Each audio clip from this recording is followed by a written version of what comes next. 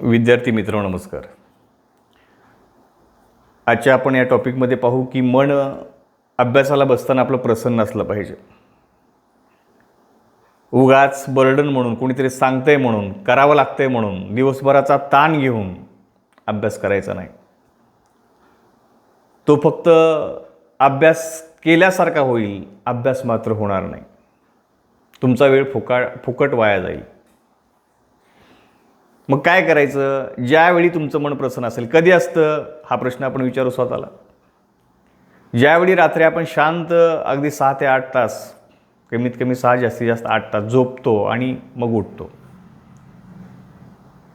मग झोपण्याचं शेड्यूल काय असायला पाहिजे? लवकर झोपायचं, लवकर उठायचं. ज्यावेळी आपण लवकर झोपतो, साहजिक आहे आपला मेंदू आपल्याला लवकर उठवतो सुद्धा. त्यावेळी फ्रेश होऊन आपल्या डोक्यामध्ये आपलं उचित ध्येय घेऊन आपण अभ्यासाला बसणं क्रमप्राप्त आहे. त्याच्यामध्ये नो एक्सक्यूज आहे, बसलंच पाहिजे. कारण ठीक आहे, साखर झोप आहे, पहाटेची झोप आहे, शांत झोप लागली, आता झोपलं पाहिजे. आपलं ध्येयसुद्धा झोपल्याशिवाय राहणार नाही. त्यामुळं प्रांजळपणाचं माझं सांगणं आहे की लवकर झोपा, लवकर उठा. आणि ज्यावेळी तुम्ही असं कराल, मन प्रसन्न तुमचं पहाटेच्या वेळी असणार आहे.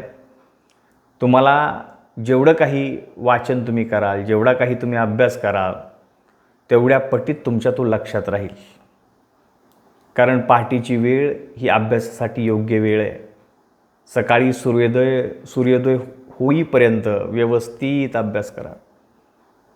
सूर्योदय झाल्यानंतर सुद्धा तुम्ही तुमच्या वेळेनुसार, मग 1 तास 2 तास असतील, त्यानुसार तुम्ही तुमच्या पुढच्या शेड्यूलनुसार अभ्यास करू शकताय. हे का मी सांगतो तुम्हाला? कारण आपल्या मेंदूला संध्याकाळी म्हणजे दिवसभर केलेलं एवढा सगळा काम आहे, एवढं ताण आहे सगळा. मानसशास्त्रसुद्धा हेच सांगतं आपल्याला की दिवसभर अभ्यास, शाळेमधला वर्गपाठ असेल, शाळेतले क्लास असतील, सगळे दिवसभर आपण मेंदूला खूप त्या ठिकाणी त्या मेंदूकडून काम करून घेतलेलं असतं आपण म्हणून. आणि मग कुठंतरी त्याला निवांतपणा किंवा विश्रांती, विसावाची गरज असते. मग ही वेळ संध्याकाळची आहे. शांतपणे त्याला झोपला आणि मग नंतर उठला की नंतर तुम्ही त्याच्याकडून काम करून घ्या, आपल्या मेंदूकडून काम करून घ्या.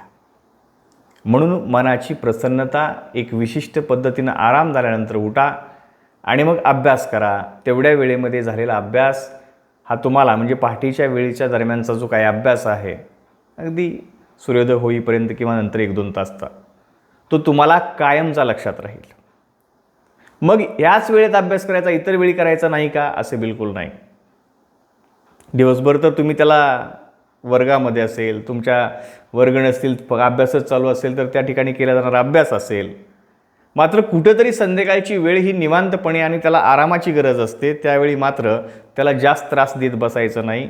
मेंदूला थोडंसं आराम घेऊ द्यायचा आणि मग पहाटेच्या वेळी आपण नियोजनाप्रमाणे अभ्यास करायचा. आता दिवसभराचं झोपेचं शेड्यूल, जेवणाचं शेड्यूल, इतर कामाचं शेड्यूल, थोडंसं खेळायचं शेड्यूल, हे सगळं जरी आपण काढलं, 24 तासातले ह्या सगळ्याला जरी काही तास दिले आपण, तर सगळे देऊन 5 ते 6 तास आपल्याकडे शिल्लक राहतात. मग त्यावेळेचा उपयोगसुद्धा अभ्यासासाठी आपण करायलाच पाहिजे. असाच जर वेळ आपण घालवला तर वेळ हा असाच आपल्याला सुद्धा पुढे घेऊन जाईल. मात्र आपल्याकडे हातामध्ये काहीच राहणार नाही, आपल्याला काही मिळणारच नाही.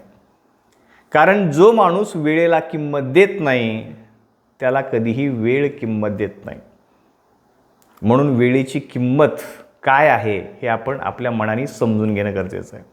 आणि त्यानुसार आपला शेड्यूल, आपलं टाईम टेबलनुसार पुढं जाणं गरजेचं आहे. आता या गोष्टी मी तुम्हाला का सांगतोय, तर याच्या पाठीमागचं कारण हे आहे की आपल्याला कुठंतरी जायचं आहे, पोचायचं आहे, म्हणून आपल्याला वेळ वाया घालून चालणार नाही. त्याच्यानुसार, वेळेनुसार, आपल्या ठरलेल्या वेळापत्रकानुसार, आपल्या ठरलेल्या दिवसानुसार हे आपल्याला करायचं आहे. आणि हे करत असताना एखादा अवघड विषय तुम्हाला वाटतो, त्यालाचा थोडा जास्त वेळ द्या.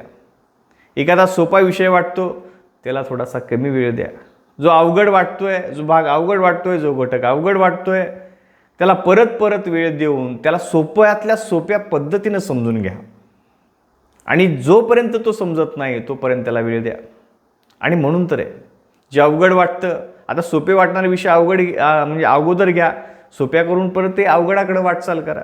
सोप्या अगोदर बाजूला, म्हणजे अभ्यास झाला तर ते बाजूला ठेवा आणि मग नंतर अवघड विषय हाताशी घ्या. याचा परिणाम काय होईल की तुम्हाला सुद्धा अभ्यासामध्ये एक विशिष्ट पद्धतीचा बदल झाल्यावर तुमचंही मन प्रसन्न राहील.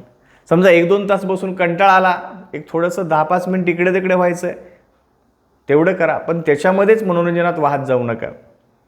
आजच्या काळामध्ये मोबाईल, व्हॉट्सअप, फेसबुक, ट्विटर किंवा या सगळ्या गोष्टी आहेत, मात्र त्या सगळ्या गोष्टीचा वापर आपण चांगल्यासाठी करा. जर आपण त्याच्यामध्ये वाहत गेलो, त्याच्यामध्ये जर आपण भरकटत गेलो तर वेळ कसा चालला हेही लक्षात येणार नाही आणि कशा पद्धतीने आपला वेळ वाया जातोय हे सुद्धा आपल्या लक्षात येणार नाही. आणि सांगणारं आपल्याला कोणी नसणार आहे. आपण स्वतःच जबाबदारीने या सगळ्या गोष्टी करायला पाहिजेत. कारण आत्ता या प्रसंगी आज आपण पाहतोय की स्वतःची जबाबदारी स्वतः उचलण्याची आज गरज आहे आणि तीच माणसं यशस्वी आहेत. इतरांच्या सांगण्यावरून करणारी माणसं आज यशस्वी नाही आहेत. स्वतःच्या मनाला वाटलं पाहिजे की माझ्यामध्ये बदल व्हावा, माझ्या व्यक्तिमत्वामध्ये बदल व्हावा तर होईल. इतरांना वाटून काही उपयोग नाही. जोपर्यंत तुम्हाला स्वतःला वाटत नाही तोपर्यंत बदल होणं शक्य नाही. आणि हा बदल घडवायचा असेल तर काय करावं लागेल? तुम्हाला तुमच्या उचित ध्येयापर्यंत पोचावं लागेल. ती पोचायचं असेल तर तुम्हाला कष्टाशिवाय पर्याय नाही, तुम्हाला अभ्यासाशिवाय पर्याय नाही.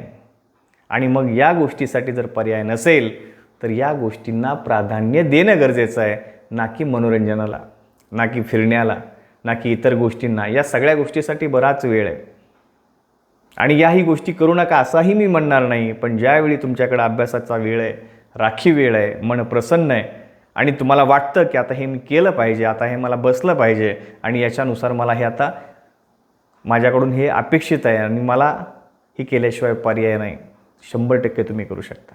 आज बातम्या वाचतो आपण, साध्या टपरीवाल्याचा मुलगा कलेक्टर झाला, हॉटेलवाल्याचा मुलगा कलेक्टर झाला, शेतकऱ्याचा मुलगा कलेक्टर झाला, कामगाराचा मुलगा कलेक्टर झाला, त्याची मुलगी क्लास 1 झाली, सुपर क्लास 1 झाली.